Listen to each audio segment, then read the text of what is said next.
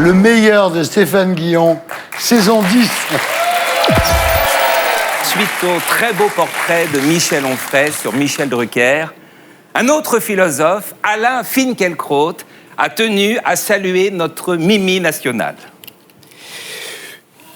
Je tiens effectivement à rendre hommage à Michel Drucker. À une époque où la télévision est devenue un gigantesque pipe show, une glace sans teint derrière laquelle le spectateur observe sans être vu, où le buzz et la mise à mort sont monnaie courante, la gentillesse et la bienveillance de Michel Drucker sont profondément salvatrices. Taisez-vous, je voudrais terminer. Cette gentillesse que d'aucuns qualifieront d'obséquieuse nous lave en vérité des attaques répétées de certains humoristes qui n'ont de cesse pour exister que la médisance, la moquerie et la méchanceté. Il est paradoxal de constater qu'il est plus difficile de nos jours de dire à quelqu'un « je vous aime » que de le dézinguer. Je voudrais, et j'en aurais terminé, taisez-vous, je voudrais dire, et ce n'est pas anodin, que la personne qui a été le plus invitée par Michel Drucker ces dernières années sur son canapé, ce n'est pas un être humain, mais un canidé, un chien.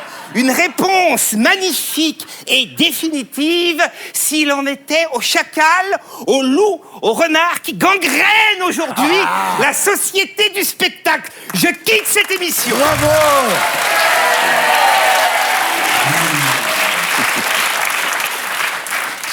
Le député républicain Yves Nicolin accepte d'accueillir des migrants uniquement s'ils sont chrétiens. Bah oui, c'est ça la solution. Pour que ça marche, il faut que les hommes politiques accueillent des migrants qui correspondent à leurs idées. Rachida Dati, lui faut des migrants élégants, Louboutin, Hermès, et qui font pas chier, qui posent pas de questions. Fleur Pellerin, des migrants incultes qui connaissent pas Modiano. Bah sinon elle est perdue. Marine Le Pen, des migrants français de souche.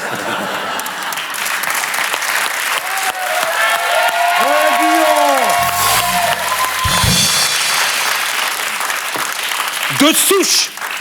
À la limite, si c'est quelqu'un qui veut quitter Neuilly pour Saint-Germain-des-Prés, elle l'accueille. Mélenchon, il veut des migrants d'accord avec lui. Tu te tais, tu fermes ta petite bouche, petite cervelle. Vermine, terminé, tu te tais. DSK, il veut pas de migrants. Il veut des migrantes.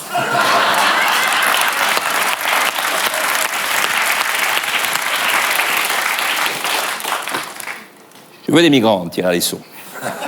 Je veux des migrantes, pourquoi? Les migrantes, elles sont plus cool, plus détendues. S'il n'y a qu'une chambre, qu'un lit, qu'un matelas, elles peuvent le partager. Les migrantes, Thierry Alisson, elles ont été perdues. Perdues en pleine mer. Et elles ont besoin d'un capitaine. Capitaine qui les aide, qui les guide et qui les soulage. Elles ont besoin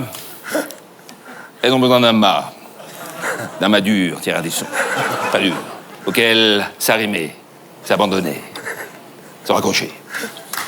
Ouais. Santé, la secrétaire d'État Laurence Rossignol annonce la création d'un village Alzheimer pour 2018. Pas de date d'inauguration. Non, ça sert à rien. Dans un village Alzheimer, l'inauguration, c'est tous les jours. Tous les jours, le patient découvre le village. Oh, c'est beau. Un village Alzheimer, c'est hyper simple. Une seule rue, un seul restaurant avec le même menu et un seul cinéma qui passe toujours le même film. Jamais de déficit. Chaque semaine, le maire envoie une taxe d'habitation aux malades qui renvoie un chèque.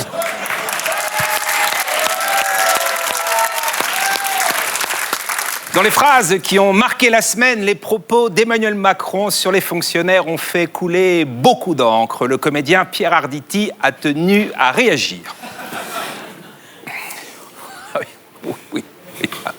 Oui, mais là. Pardon, c'est lamentable, c'est lamentable. C'est donné. Voilà, c'est donner le bâton pour se faire battre, somme toute. Alors oui, il dit effectivement « je suis de droite », ce qui n'est pas honteux d'être de droite. Moi, je connais des gens très bien qui le sont de droite. Mais Macron, Macron ne peut pas dire les 35 heures, c'est fini, les fonctionnaires sont des nantis et rester de gauche. Non. Bien que Mitterrand, il avait des défauts, mais pas celui-là. Pas celui-là. C'est comme un joueur de foot qui marquerait contre son camp. Il y a un moment donné, on s'en sépare. On le vire. Parce qu'il faut montrer qu'on en a. Voilà. Gouverner, c'est choisir. Pierre Mendès France. Voilà. Ouais, c'est pas le dernier des cons. Bravo. Pas mal. Je fais vraiment tous ces mouvements de langue. Oui, absolument. Ah oui, c'est en bas, c'est en bas, c'est emmerdant. Si, c'est ça. Emmerdant. Voilà. C'est pas grave, sinon, ça passerait bien. Oui, c'est ça. On termine cette chronique avec un coup de chapeau à notre invité Michel Onfray qui, grâce à un seul tweet, est devenu, dans la nuit du 13 au 14 novembre, une star internationale. Fabrice Lucchini, qui affectionne particulièrement la philosophie, a souhaité, tout comme moi, saluer l'ascension fulgurante de Michel Onfray.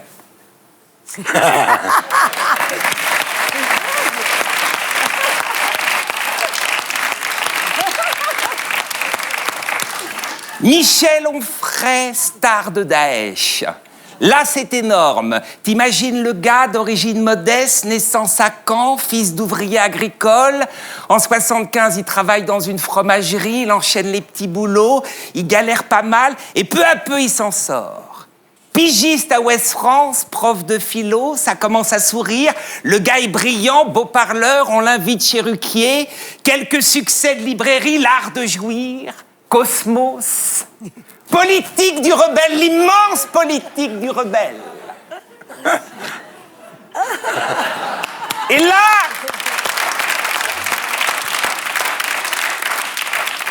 subitement, l'idée de génie. Vendredi 13 novembre, Paris est en feu, 130 morts. Les mômes fusillés en terrasse sont encore tièdes. Onfray tweet en pleine nuit. La philosophie de comptoir, tu tweets, tu réfléchis après. Onfray balance la purée. Un truc du style, fallait pas les emmerder, on n'a que ce qu'on mérite. Qui sème le vent, récolte la tempête. Et là, tout d'un coup, c'est la gloire. Daesh le met dans un clip. Le prof de camp passe à l'international. Onfray, Beatles de la charia. Tu le vois dans le clip habillé en noir comme les autres, mais comme il a des lunettes, tu sais que c'est lui l'intello. Onfray, star de Daesh, c'est énorme.